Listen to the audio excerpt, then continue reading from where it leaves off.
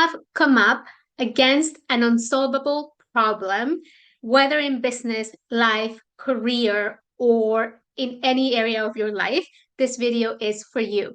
Today, I'm going to give you one thing that you can do when you feel like you have been stuck for a while, when you really want to achieve something big and important for you, but no matter how hard you try, no matter how many things you do, no matter how many strategies or people you listen to is not working, this is what you can do.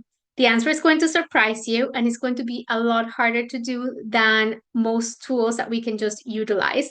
But it's a very simple concept. When you don't know what to do or you're facing an unsolvable problem, do nothing. Be still. I'm going to say that again.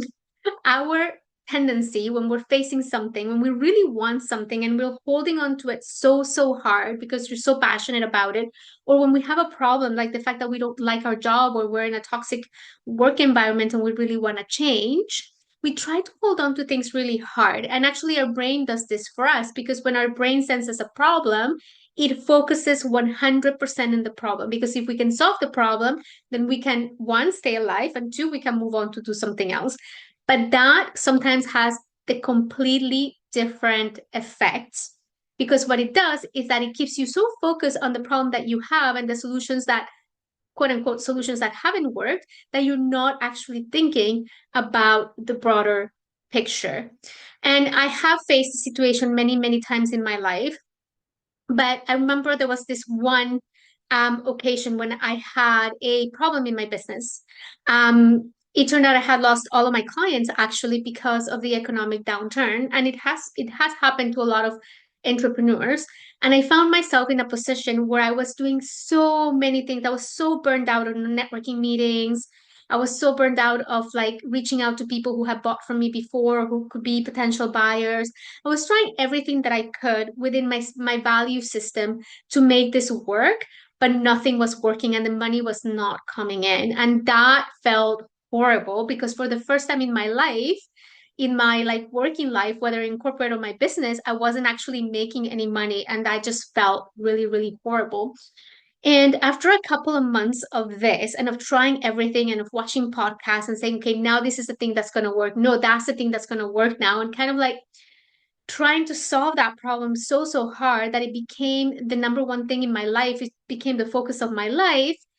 I came across something, funnily enough, it was actually a podcast, and it talked about this idea that there's nothing that is going to solve the unsolvable problem if it's one of your core limiting beliefs. And the only thing you can do is be still and let it go. Because that's the only time when you're going to be able to refine the path, but from a place of joy, from a place of love, from a place of creativity and inspiration, but not from a place of fear and not from a place of stress and not from a place of hyper focusing, because that does not help anybody. So that's my one tip. That's all you need to do. And I can guarantee you there's going to be answers that come your way one way or another. And there'll be things that you haven't probably seen before or listened to before because now you're giving yourself the space. Now you're giving yourself the time to be in a different place to be able to overcome this challenge. Now, this is probably the hardest thing you're going to ever do because it's so counterintuitive. We don't want to stop. If you have a problem, what you want to do is like do whatever you can to solve it.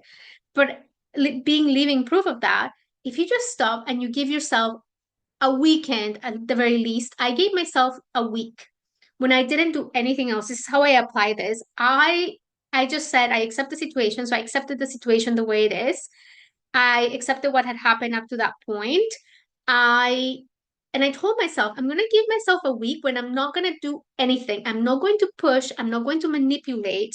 I'm not going to do anything else in this situation. And for that week, I just kept my appointments that I already had in the diary because I always act from a place of integrity and truth and authenticity. So I kept all of those sales calls that I had. I still had some clients, so some of my clients' calls, I still kept them. But other than that, I did absolutely nothing related to work. And this was really difficult because think about it, I wasn't making any money, right? And what I wanted to do is it's make money. I wanted to start making money again because that was the lifeblood of my business. And it just felt really, really horrible. But for some weird reason, I was just able to let go. And during that week, I just did stuff that I loved. I'd forgotten how to have fun and to connect with life and to enjoy life. I had become so hyper focused, blinders on, the horse with the blinders on, and all I saw was one thing, and everything else in my life just disappeared. Fun, my relationships, my friends, enjoyment of food, enjoyment of things. Like it was just all gone because I was just focused on this and I was miserable. And that's not the way I wanted to live. Didn't matter if if I solved it or not, or if I made a ton of money, or if I had to like pivot in my business. It just didn't make sense for me to live this way. And for me, it was very, very difficult, but I just did stuff that I love. I visited neighborhoods that I loved. I went back to restaurants that I liked and had breakfast there. I went into used bookstores. I love used books. I love used everything. I went back and I purchased books and I read and I spent time with my husband and I cooked things that I liked and I tried new things and I took walks in the park and I went to secondhand stores to do clothes shopping because I love secondhand stores. We have lots of them in London to do that. And that's all I literally focus on. And I remember how I had forgotten to actually enjoy life and no wonder I was stressed. And after that week, so sharing my vulnerable experience here, after that week, which after I did it was not really that hard. It was just beginning and being able to let go and just taking that first step to say, I'm not going to do anything for this week and being honest and keeping up with it wasn't actually really that hard. I just let go of everything and I was able to connect to everything. And then all of these ideas started coming my way. What I realized is that I had so many skills, gifts, um, perspectives, learnings, things that I could share with people and things that I had to offer.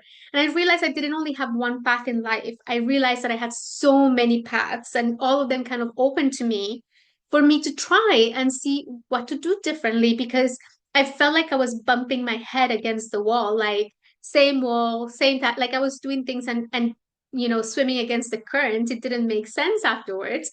So first of all, there was a host of ideas. Once I took the fear away and like looked at everything from a place of alignment and fun, then lots of new ideas started coming up. And one of those ideas, it's a bit of a simple one, but it was amazing for me. I am always shopping at vintage stores because I believe in sustainability.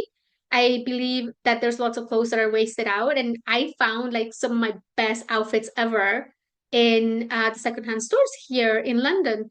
And I was always there. And I said, so why don't I make a little business out of this? Because I love doing this. So I started doing surprise boxes with outfits, like luxury and non-luxury outfits and to sell on the different online platforms. So that's just one idea that I got. And what was really nice about it is that there was no pressure for anything. I just said, if this works, it works. And if it doesn't, it doesn't, because I just love doing it. And I reconnected with my love for doing things.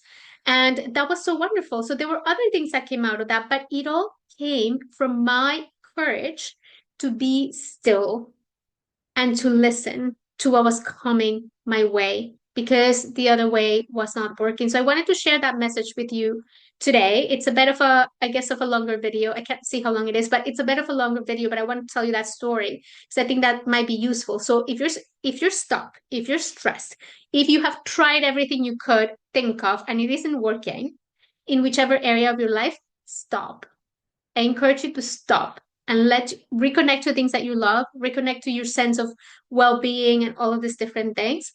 And you will see how there's other inspiration that unfolds and how other ideas come into your head. It's always better to create from a place of love, fun, joy, and relaxation than from a place of fear, stress, anger, and all of the negative feelings. And we can choose. We can choose which path to create from, but that's also a skill that you learn as you become more resilient. Leave any comments where this video will be posted, and I will see you on the next one.